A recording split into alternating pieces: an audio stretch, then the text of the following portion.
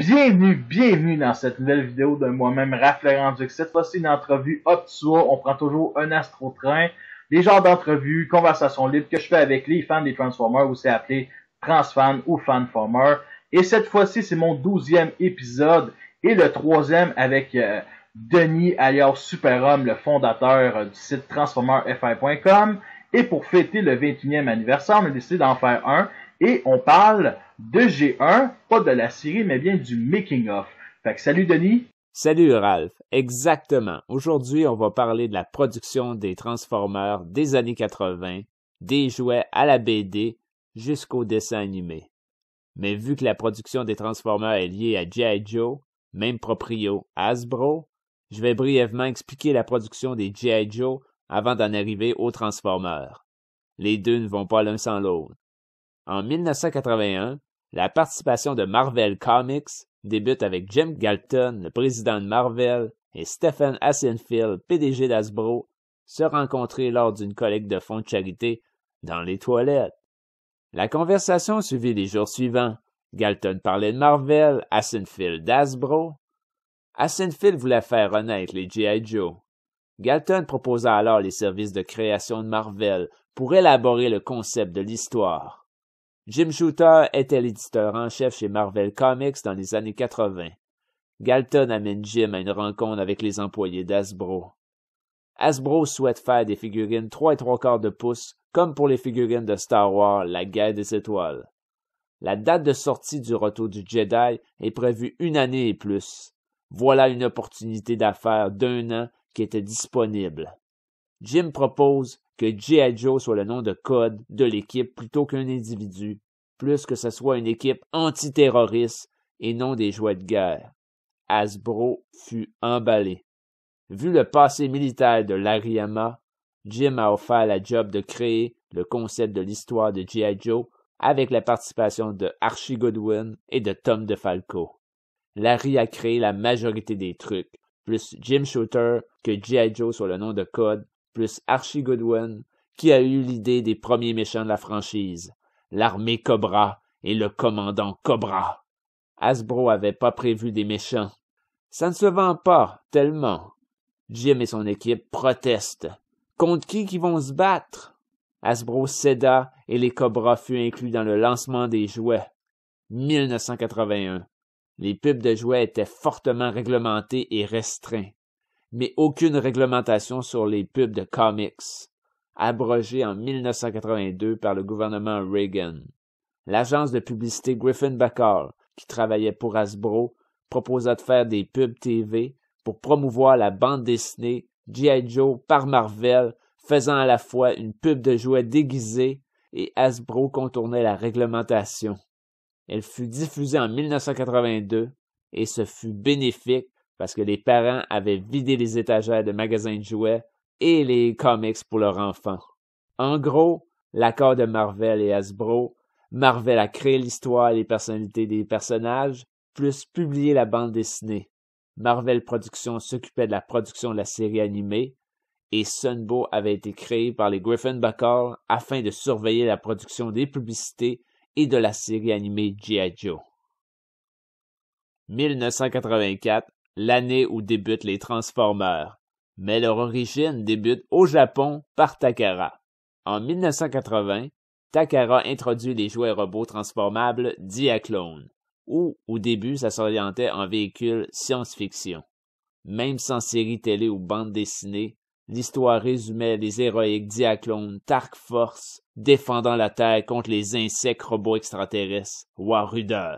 En mars 1982, conçu par Kojin Ono de chez Takara, la gamme présente un nouveau concept, les Car Robots. Les robots se transforment maintenant en voitures ou avions réalistes de l'époque.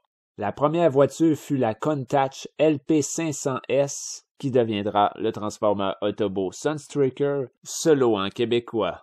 Les jouets venaient avec une figurine qui était le pilote robot, la raison des cavités sur les premiers TF. C'était comme un cockpit.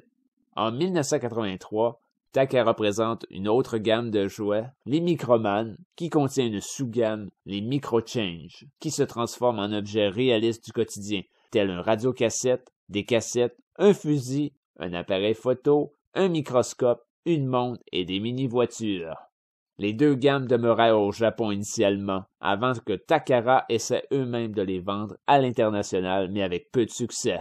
Vendus aux États-Unis et au Canada sous le nom de Diacron, qui devint plus tard Chronoform, en France par CG, les Jutra Diaclones, en Italie par Gig, les Diaclones.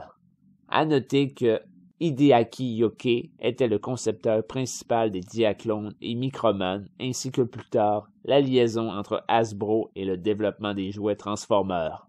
En 1983, un représentant d'Hasbro assista au salon de jouets Tokyo Toy Show, cherchant de nouvelles gammes de jouets à introduire pour le marché américain, et ont rapporté à leurs supérieurs ces cool robots, les Diaclone Car Robots et les Microman, les Microchange, qui se métamorphosent en voiture, en avion ou en objet.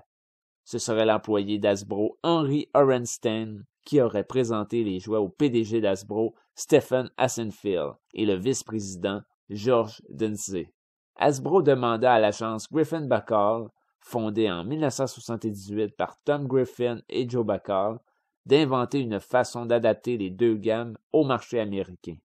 Griffin Bacall décida que les robots devaient être les personnages principaux plutôt que des robots pilotés par des humains, puis fusionna les deux gammes pour les diviser en deux factions nommées Autobots, les véhicules gentils car les enfants adorent les autos, et les Decepticons, les avions et objets, les méchants car les enfants sont pas trop sûrs des avions et des fusils. Plus le concept des logos de faction basés sur le visage de jouets qui deviendront Prowl, cerveau en québécois, et Soundwave, radar en québécois.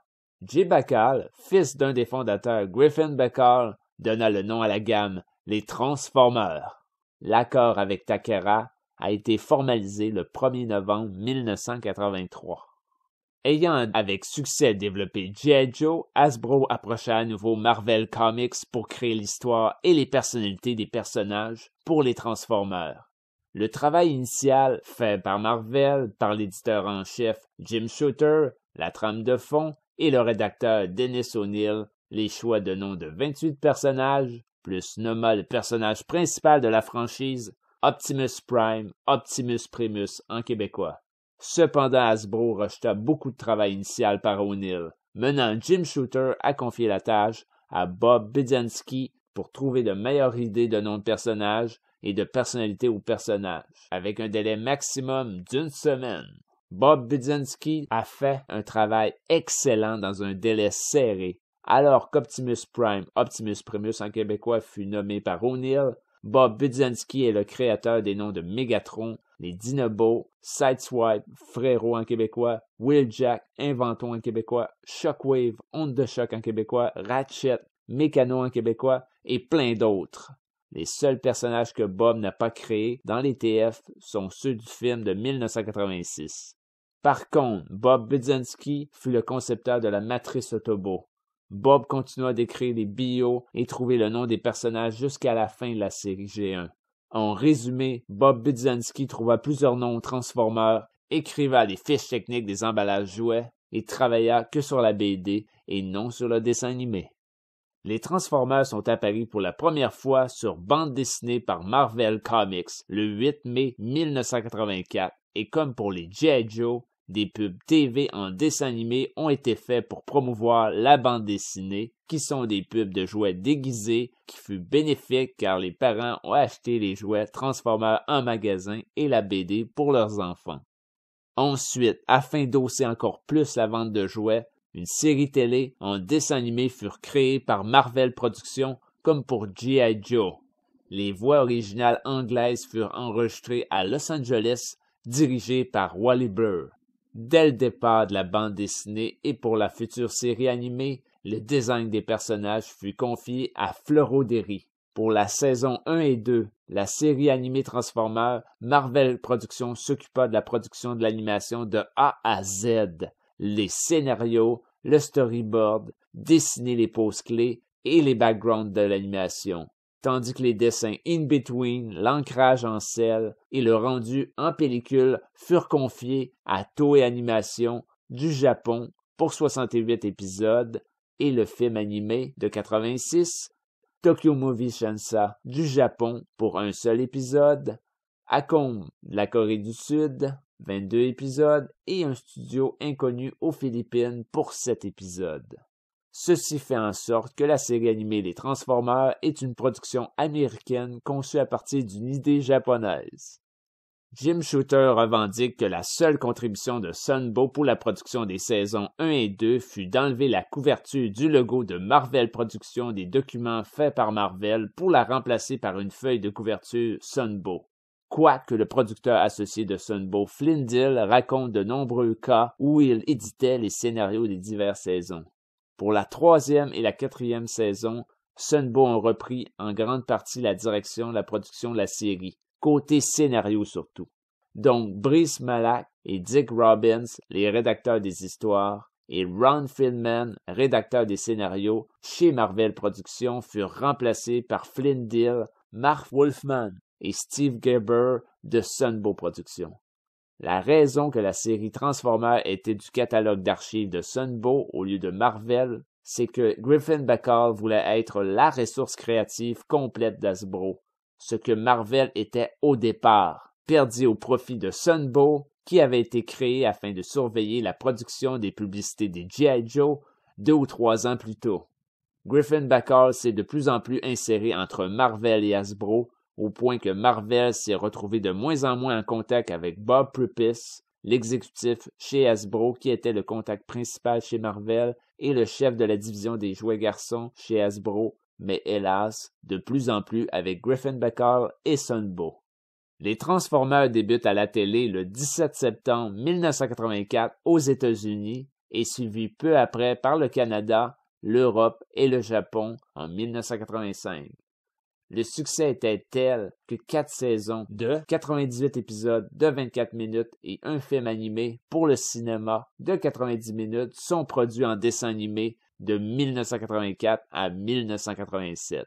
Le concept de l'histoire n'est nul autre que le bien contre le mal, mais avec un style de science-fiction plutôt unique pour les jeunes des années 80.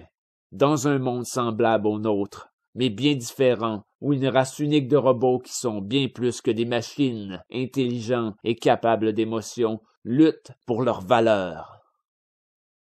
Les scénarios des épisodes ont été écrits par un large éventail de scénaristes pigistes, dont les plus importants, Donald F. Glut, Buzz Dixon et David Wise, scénariste reconnu comme le plus prolifique sur les Transformers, qui nous a fait connaître Orion Pax, qui deviendra Optimus, Vector Sigma, le super ordinateur qui donna la personnalité aux Transformers, la chambre de plasma et bien d'autres.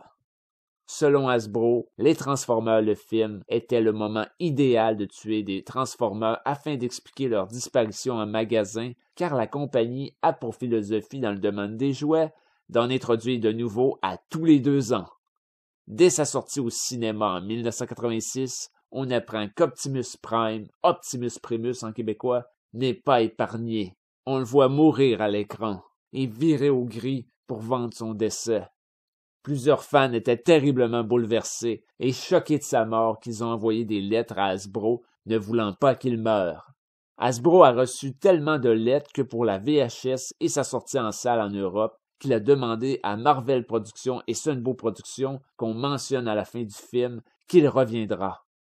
Il était le chef des héroïques Autobots et c'est pour cette raison qu'il était si populaire. À cause de l'aide de fans, il sera réactivé et reviendra le chef des Autobots vers la fin de la saison 3, dans l'épisode Le Retour d'Optimus. Pas avant, car la saison 3 était pratiquement produite et prête à être diffusée, excepté l'épisode Sombre Réveil où Optimus revient des morts en tant que zombie, qui avait été produit avant que Hasbro ne reçoive les lettres. Imaginez la tête des enfants qui s'étaient plaints. On peut conclure que le succès des Transformers a baissé lorsque Hasbro décida de tuer Optimus Prime, Optimus Primus en québécois, dans le film animé de 1986. Après son départ, les Transfans ont décroché avec l'absence de leur héros dans la série, malgré son retour trop tard. C'est pourquoi Hasbro a arrêté de faire des Transformers. Hasbro a tout perdu en tuant le héros d'une série, expliquant peut-être la piètre qualité des dessins pour la saison 4. J'espère que vous avez apprécié d'en apprendre sur les coulisses de production des Transformers. Si ce n'est pas déjà fait, venez nous rejoindre sur notre groupe de passionnés sur le site forum transformersfr.com. Nous avons aussi un groupe Facebook tout autant actif nommé Fans des Transformers. Au plaisir, Ralph, d'un prochain Optua. Merci à Denis d'avoir prêté au jeu. Comme vous avez pu constater au début, j'ai eu des problèmes de micro. Une journée avant, mes 2 micros ont décidé de pas marcher. Et là, on a décidé de faire l'entrevue, mais que lui seul parle. Vous avez entendu le monologue, et honnêtement, j'avais rien d'autre à rajouter. C'était un peu comme l'épisode des Simpsons où Homer apprend à fermer sa bouche pendant l'épisode et à écouter. C'est ce que j'ai fait. Fait que le problème de son sera réglé pour le prochain podcast, le prochain Optua. J'enregistre ce message avec mon téléphone, c'est ce que j'aurais dû faire pour le premier message. Fait que merci à tous d'avoir écouté cette entrevue-là, cette conversation libre-là, ce monologue-là plutôt. Fait que sur ça, je vous laisse. Je vais aller écouter un épisode des Simpsons et à la prochaine.